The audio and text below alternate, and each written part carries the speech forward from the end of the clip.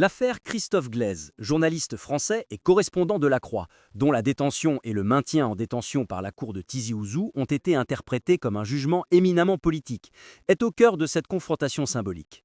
Cette décision n'est pas simplement un acte judiciaire, c'est un message clair adressé directement à l'appareil médiatique et diplomatique français qui, selon Alger, cherche à s'immiscer sous couvert de liberté de la presse.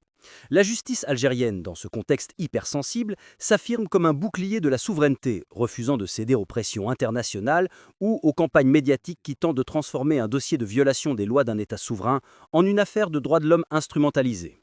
Les autorités algériennes soulignent que la liberté d'informer ne peut être confondue avec l'activisme politique ou la collecte d'informations sensibles pour le compte d'intérêts étrangers. La sévérité du traitement de ce dossier vise à établir une jurisprudence, une ligne rouge. Le territoire algérien n'est pas une zone franche où les journalistes étrangers peuvent opérer sans respect des règles ou dans l'ambiguïté de leurs intentions réelles. Ce point est d'autant plus sensible que l'Algérie, en pleine réorganisation de ses partenariats et de sa communication extérieure, voit dans ce type d'affaires une tentative récurrente d'anciens cercles d'influence français de maintenir une tutelle morale et politique sur son espace intérieur. Cette fermeté se traduit par la suspension des visites officielles françaises, notamment celle du ministre de l'Intérieur, qui cherchait à accélérer des dossiers cruciaux pour Paris, comme la gestion migratoire et la sécurité au Sahel. L'Algérie utilise ici son pouvoir de nuisance stratégique. Elle sait que sans une coopération algérienne sans faille, la France est démunie face aux flux migratoires et aux défis sécuritaires qui se multiplient à ses portes africaines. Le gel des échanges de haut niveau est donc une tactique de pression calculée, une manière de dire « Nous sommes votre partenaire indispensable dans la stabilité régionale, mais cette coopération a un prix, celui du respect total de notre souveraineté. » La France est ainsi forcée de choisir entre ses intérêts stratégiques immédiats et le maintien de courants d'influence interne qui instrumentalisent le dossier de la Kabylie. Cette fracture interne française entre l'exécutif pragmatique et des réseaux politiques nostalgiques ou radicaux est parfaitement lue et exploitée par la diplomatie algérienne qui refuse de devenir l'otage de jeux politiques parisiens. La France tente le chantage, l'Algérie répond par le gel total. Découvrez les dessous du bras de fer. 1. Explosez le bouton j'aime si vous soutenez la souveraineté de la justice algérienne face aux pressions extérieures. 2. Abonnez-vous et activez la cloche pour suivre minute par minute cette crise diplomatique majeure. 3.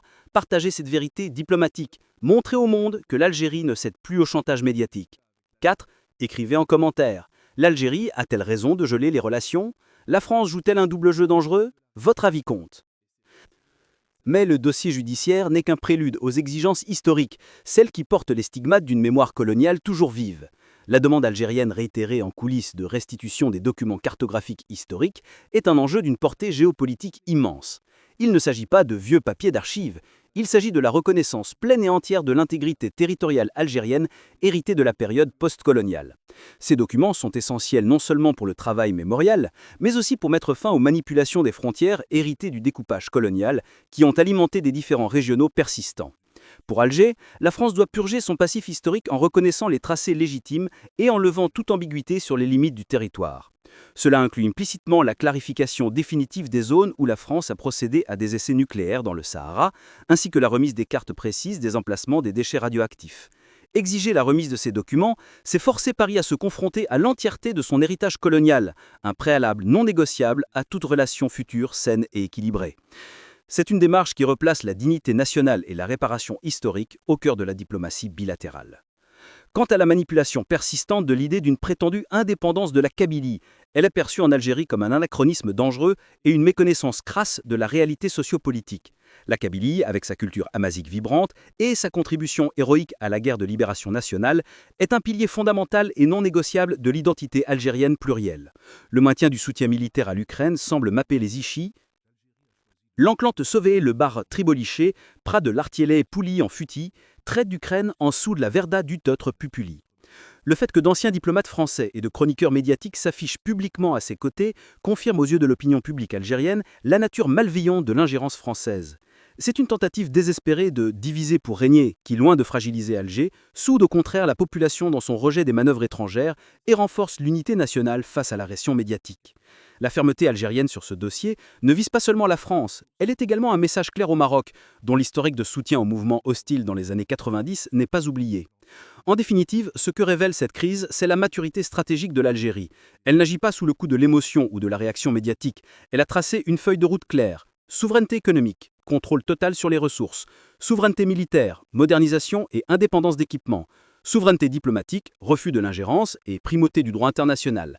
En gérant cette crise avec une fermeté calme et en faisant de la confiance la seule monnaie d'échange, l'Algérie force son ancien colonisateur à redéfinir les bases d'une relation qui, pour être durable, doit être exempte de toute ambiguïté. C'est une bataille pour l'honneur national, mais aussi une manœuvre géopolitique magistrale qui repositionne l'Algérie au centre des équilibres méditerranéens et africains, un acteur qui impose désormais son propre rythme au lieu de le subir.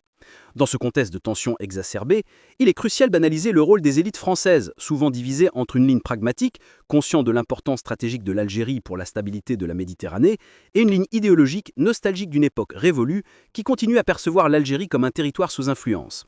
Cette fracture au sein de l'appareil d'État français est exploitée par Alger, qui refuse de dialoguer avec une France à plusieurs visages. En gelant les visites ministérielles, l'Algérie envoie un signal fort à l'Élysée. Mettez de l'ordre dans vos rangs. On ne peut pas prétendre vouloir un partenariat d'exception le matin et laisser des officines médiatiques ou diplomatiques saper l'unité territoriale algérienne le soir. Cette exigence de cohérence est nouvelle.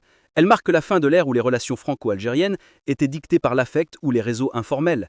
Désormais, tout est transactionnel, froid, basé sur le respect mutuel des intérêts bien compris. L'Algérie, forte de ses excédents commerciaux, de son indépendance énergétique et de sa stabilité sécuritaire, n'a plus besoin de la validation de Paris pour exister sur la scène internationale. Au contraire, c'est Paris qui, perdant pied au Sahel et en Afrique de l'Ouest, a désespérément besoin d'un ancrage stable au Maghreb. Mais cet ancrage a un prix, l'abandon définitif des velléités néocoloniales et des jeux troubles avec les séparatismes. L'opinion publique algérienne, quant à elle, vit ces événements avec une lucidité remarquable. Loin de céder à la panique ou à la division, les Algériens observent ces manœuvres avec un mélange de mépris et de patriotisme renforcé. Chaque attaque médiatique contre la Kabylie ou l'armée nationale est vécue comme une agression collective, renforçant le sentiment d'appartenance à une nation une et indivisible. Les réseaux sociaux, souvent vecteurs de troubles, deviennent ici des chambres d'écho de la résilience nationale, où les citoyens démontent les fake news et réaffirment leur attachement à l'État-nation. C'est peut-être là le fait plus cuissant de la stratégie de tension. Au lieu de fragiliser le front interne algérien, il l'a solidifié.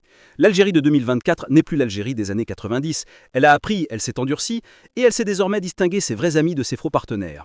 La crise actuelle n'est donc pas une fin en soi, mais une étape nécessaire de clarification, un moment de vérité qui, espérons-le, permettra de bâtir sur les ruines des ambiguïtés passées une relation enfin débarrassée des fantômes du passé, ou à défaut de consacrer une rupture salutaire qui permettra à l'Algérie de regarder définitivement ailleurs, vers des horizons plus prometteurs et plus respectueux de sa grandeur retrouvée.